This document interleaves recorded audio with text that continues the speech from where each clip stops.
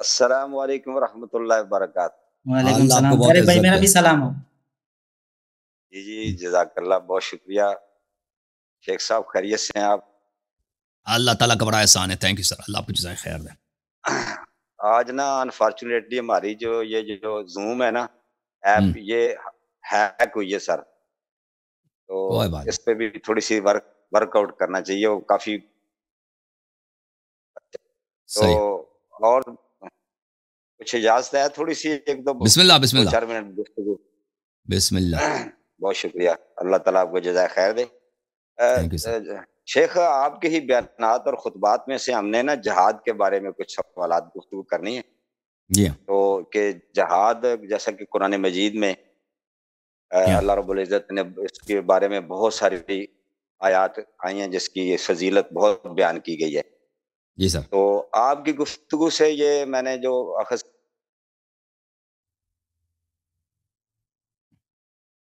بھی نقل کیا تھا کہ یہ جو جہاد ہے یہ امام معصوم کے بغیر گویا کہ یہ خنزیر کا گوشت کھانے کے مترادف ہے، ایسے ہی ہے نا؟ یہی کہا تھا نا؟ جی جی۔ تو میں یہ گزارش یہ جاننا چاہوں گا کہ جب اگر دیکھیں تاریخ اسلام کو تو حضرت امام علی علیہ السلام امیر المومنین رضی اللہ تعالیٰ عنہ حیدر کرار کے بعد، حضرت امام حسن کے بعد جتنے بھی ائمہ تشریف لائے دنیا میں، انہوں نے تبلیغ کا کام کیا، تو انہوں نے جہاد کے اوپر تو کوئی ایسا کام نظر نہیں آتا کہ انہوں نے کسی کے ساتھ جہاد کیا ہو۔ صحیح۔ ایک یہ ہے، اس پہ روشنی ڈالیے گا۔ تو وہ آخری امام جو آئیں گے قرب قیامت کے قریب، تو پھر انہی کے کمانڈ میں یا سرکردگی میں ہم پھر جہاد کریں گے۔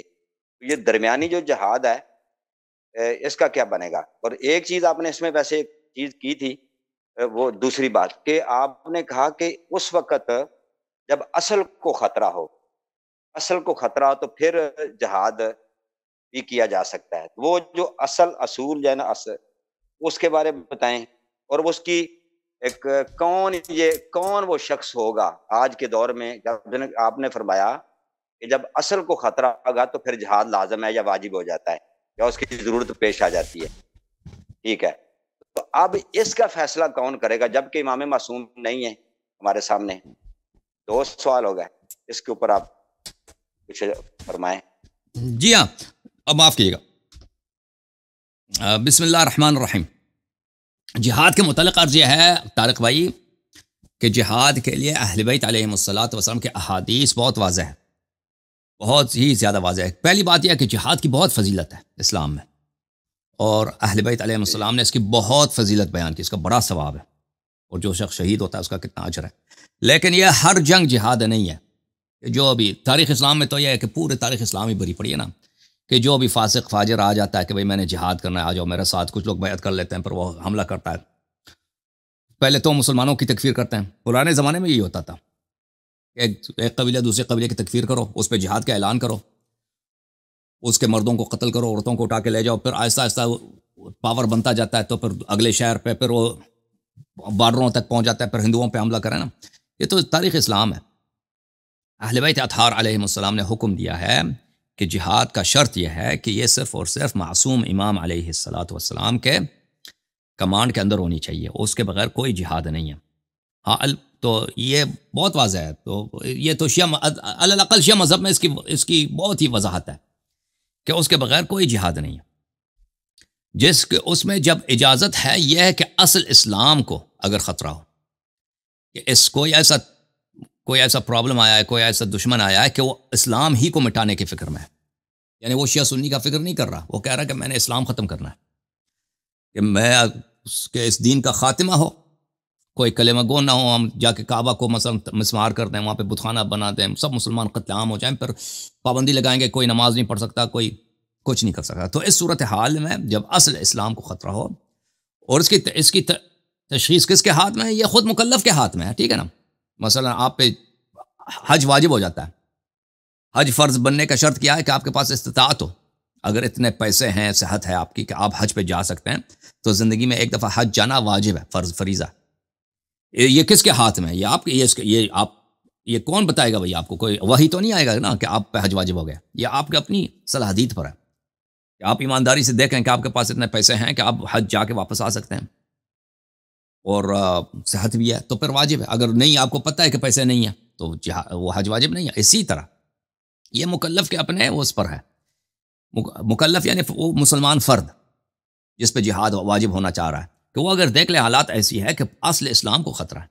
مثلا پرانے زمانے میں سوویت یونین تھا نا، وہ اس نے حملہ کیا تھا سینٹرل ایشیا پر. کچھ وہاں پہ کچھ اس مسلمان کے علاقے تھے. بلکہ سوویت یونین نے حملہ نہیں کیا تھا، معاف کیجیے گا، وہ روس کا جو بادشاہ تھا زار کے زمانے میں حملہ ہوا تھا، سوویت یونین سے پہلے. یہ ازبکستان وغیرہ کا جو علاقہ ہے، وہ پرانے زمانے میں ازبکستان نہیں کہتے تھے، اس کو ترکستان بولتے تھے.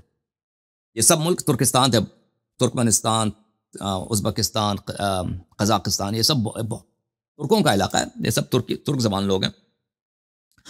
تو یہ ترکستان پہ جب حملہ ہوا تھا اس وقت روسوں نے حملہ کیا تھا. تو پہلے تو انہوں نے نماز وغیرہ پہ پابندی نہیں لگائی تھی، بعد میں مساجد پہ پابندی ہو گئی تھی، نماز پڑھنے پہ پابندی ہو گئی تھی، داڑھی رکھنے پہ پابندی ہے، حجاب رکھنے پہ پابندی ہے. کوئی مسجد، اگر کوئی صرف بوڑھے حضرات مسجد جا سکتے ہیں، 50 سال سے کم عمر ہو نہیں جا سکتے. تو اس طرح پھر آہستہ آہستہ انہوں نے اسلام کو مٹانا شروع کیا تھا. ٹھیک ہے، اگر اس طرح اسلام کسی کو پتہ چل جائے کہ ایک ایسا فورس ہے کہ وہ اس نے ہم پہ حملہ کیا ہے اور اس کا ہدف یہ ہے کہ وہ اسلام مٹانا چاہ رہا ہے، اس کو اس سے کام نہیں ہے کہ بھئی مثلا میں یہاں اس علاقے پہ، مثلا انگریز آئے تھے نا ہندوستان میں، وہ اسلام مٹانے کے لیے نہیں آئے تھے. انگریزوں کا کام تھا کہ بھئی یہ ملک یہاں پہ بہت ثروت ہے، یہاں پہ بہت یہاں پہ آمدنی ہے، اگر ہم اس علاقے پہ ہم قبضہ کر لیں تو ہماری بادشاہت بڑھ جائیں گے، ہمارے خزانے بڑھ جائیں گے. ٹھیک ہے، وہ اس نیت سے آئے تھے. ان کو کام ہی نہیں مسلمان رہے، ہندو رہے، ان کو پرواہ نہیں تھا. انگریز جو کرسچن رہے، وہ کسی مسلمان کو کافر بنانے کے چکر میں نہیں آئے تھے، اور انہوں نے آخر تک بھی کوشش نہیں کی. انگریزوں نے کوشش نہیں کی کہ مسلمانوں کو وہ کرسچن بنائیں. ٹھیک ہے نا. البتہ اس زمانے میں وہ کوئی پادری وغیرہ آتے تھے وہ اپنی مذہب کی تبلیغ کے لیے، لیکن وہ انگریز راج کا وہ پالیسی نہیں تھا کہ مسلمانوں کو، بلکہ وہ مسلمانوں کا مذہب کا بڑا احترام بھی کرتے تھے انگریز. تو اس طرح اگر آتا ہے نا کوئی حملہ کرتا ہے، یہ تو دین کو خطرہ نہیں ہے کہ اصل دین کو خطرہ ہو، کوئی اسلام ہی کو مٹانا چاہتا ہے. لیکن ایسا کوئی طاقت آ جائے کہ وہ کہتے ہیں بھائی میں مسلمانوں کو دنیا سے فنا کر دینا چاہتا ہوں، اسلام یا اس سرزمین سے فنا کرنا چاہتا ہوں کہ یہاں پہ کوئی مسلمان نہ رہے، سب یہ کافر ہو جائیں، نماز پہ پابندی، مسجد پہ پابندی، اور سب لوگ آ کے یہاں پہ کلمہ پڑھو کرسچن کا یا ہندو کا. تو پھر اس صورت میں جنگ کرنا واجب ہے، اور وہ بھی صرف اسی حد تک کہ اس کو آپ دفع کر لینا، اس دشمن کو، کہ وہ دشمن مایوس ہو جائے کہ میں کام نہیں کر سکتا. جی یہ ہے. جی تو سر اس میں گزارش یہ ہے کہ تھوڑی سی آپ نے اب وضاحت کر دی. یہ ایک طرف آپ نے بڑا سخت فتویٰ جب یعنی آپ نے اپنے رائے کا پیش کی تھی کہ یہ سخت حرام، اور اس کے اوپر ایک حدیث بھی پیش کر دی امام کا قول. تو اب آپ نے جو بتایا کہ اس میں گنجائش ہے، تو پھر آپ کہتے ہیں کہ وہ انفرادی جیسے حج کی مثال دی، تو جہاد تو ظاہر ایک بہت بڑی فورس کے ساتھ ایک ملک ہے، کنٹری ہے. اسی طرح ہمارے اس وقت موجودہ حالات میں 52 کے قریب اسلامی ملک ہیں، چلو نام کی کہہ لیں مسلمانوں کی رہائش ہے، ان پر اگر کوئی ان کی جان، مال، عزت، آبرو اور اسلام کو خطرہ لاحق ہوتا ہے، تو پھر وہ جہاد جیسے آپ فرما رہے ہیں جو میں نے اخذ کیا ہے، تو پھر تو وہ جائز ہے، وہ واجب بھی ہے، اور اس میں پھر تو کوئی حرام نہ ہوا. یہ اجازت ملتی ہے، یہ استنباط نکل رہا ہے ان آیات. وہ ایسا اگر ہو نا کہ ایسا فورس آ جائے کہ میں، اگر کوئی ایسا فورس آتا ہے نا، جیسے نپولین بوناپارٹ تھا، اس نے ایجپٹ پہ قبضہ کیا تھا، اس کو مسلمانوں سے کام نہیں تھا کہ وہ مسلمانوں کو قتل کرے نا، اس کو یہ کام تھا کہ یہ ملک اس کی حکومت میرے ہاتھ میں آ جائے. اس کو اسلام سے وہ کام ہی نہیں ہے بھائی. مثلا انگریز آتے ہیں نا ہندوستان میں، انگریز آتے ہیں عراق میں، یہ ان کو یہ نہیں ہے کہ بھائی کہ ہم، یا فرانس آیا تھا مثلا لیبیا وغیرہ پہ قبضہ کیا تھا، ان کو یہ کام ہے بھائی اس ملک کا جو حکومت ہے، جو بادشاہ ہے، یہ حکومت اگر ہمارے ہاتھ میں ہو تو ہم یہاں پہ یہ قوانین بنائیں گے کہ بھئی یہاں پہ فرانس کے، فرض کریں اس کی بات کریں، لیبیا کی بات کریں، فرانس کے جو پروڈکٹس ہیں وہ یہاں پہ لیبیا میں اس کو فروخت کریں. جیسے انگریزوں نے ہندوستان پہ قبضہ کیا تھا تو انہوں نے کیا کیا تھا، ہندوستان میں کپڑے بہت بنتے تھے، کپاس وغیرہ بنتے تھے نا، اس کے کپڑے بہت بنتے تھے اس زمانے میں، 17ویں صدی میں. تو انگریزوں نے یہ قانون پاس کیا کہ اب ہندوستان میں کوئی کپڑا نہیں بنا سکتا، کپڑا آئے گا اب انگلینڈ سے. تو کپاس یہاں پہ جو پیداوار تھی ہندوستان کی، وہ شپوں کے ذریعے، کشتی کے ذریعے جاتا تھا انگلینڈ UK، وہاں سے واپس کپڑے کی صورت میں بن کر دوبارہ ہندوستان میں فروخت ہوتے تھے. مقامی لوگوں کو اجازت نہیں تھی کپڑے بنانے کی. تو اس سے کیا تھا کہ ان کو بڑے فائدہ ہوتا تھا.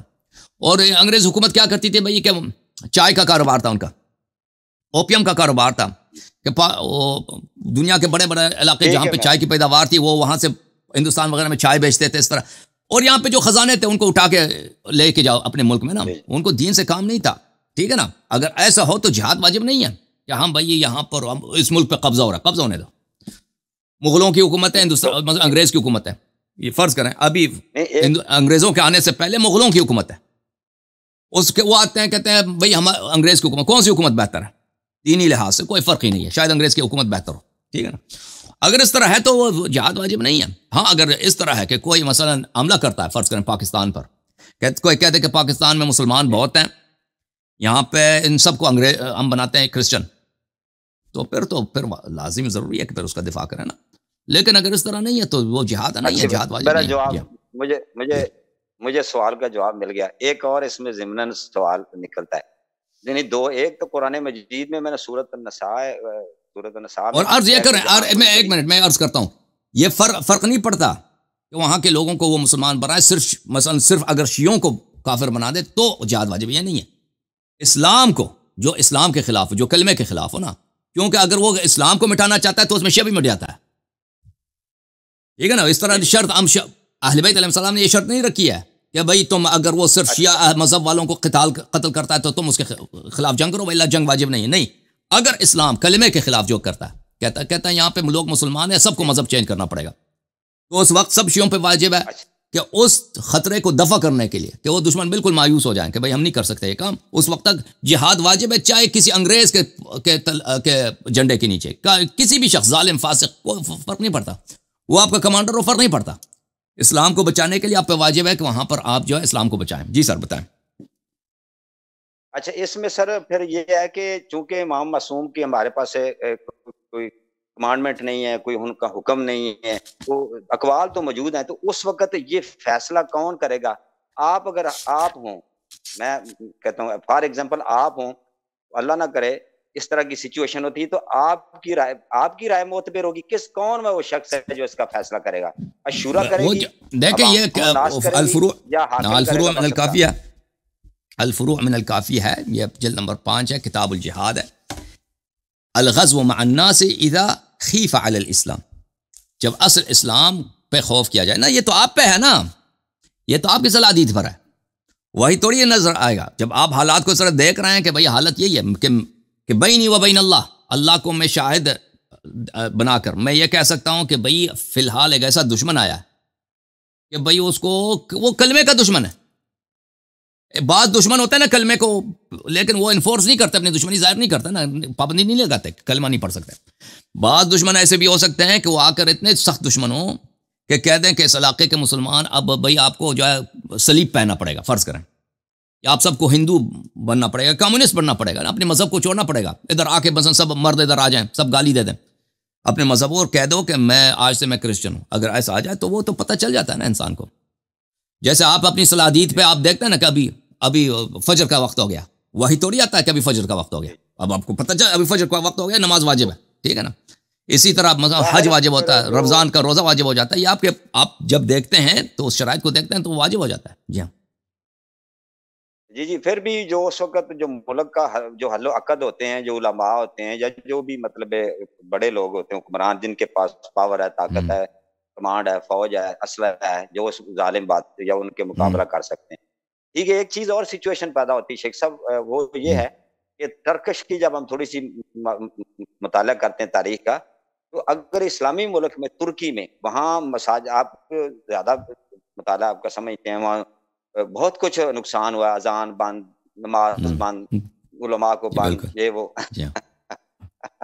تو ایسی سچویشن میں کیا کوٹ کھاتے رہیں؟ نہیں، اس نے اتاترک نے یہ کہا تھا نا کہ ہمارے ملک کو ترقی نہیں ملے گی جب تک یہ مولوی حضرات ہیں. اور یہ وہ قوم پرست تھا نا، اس نے لوگوں کو کافر نہیں بنایا تھا. اس نے کہا تھا اذان ترکی زبان میں ہونی چاہیے. تو کوئی 40-50 سال تک وہاں پہ اذان ہوتی تھی، لیکن ترکی زبان عربی میں نہیں ہوتی تھی. سارے اذان کلمہ کلام چیزیں ساری چینج کر رہے ہیں وہ. ابھی تو نہیں کر رہے نا, اس نے کوشش کی ہے اس وقت تو میں اس حالت میں آپ سے ایک اہل علم سے جاننا چاہتا ہوں کہ اس سچویشن میں پھر مجھے نہیں لگتا اس وقت دین خطرے میں نہیں تھا. دین لوگوں کو دیکھیں, وہ اگر کوئی شخص آتا ہے نا اذان پہ پابندی لگاتا ہے, وہ آپ کو کافر نہیں بناتا, کہتا ہے آپ اذان نہیں دے سکتے بھائی, اذان دیں گے تو جیل میں جائیں گے, یا اذان اردو زبان میں دینی ہوگی یا اذان انگلش میں دینی ہوگی نا. یہ تو یہ ہے کہ انسان کو امر بالمعروف نہی عن المنکر کرنی چاہیے کہ یہ آپ کام غلط ہے, لیکن واقعاً اس سے دین کا خاتمہ ہوگا, یعنی لوگ واقعاً یہاں پر سب لوگ کافر ہو جائیں گے اس کام سے, میں نہیں سمجھتا ایسا ہے. اچھا اگر اجازت ہو تو ایک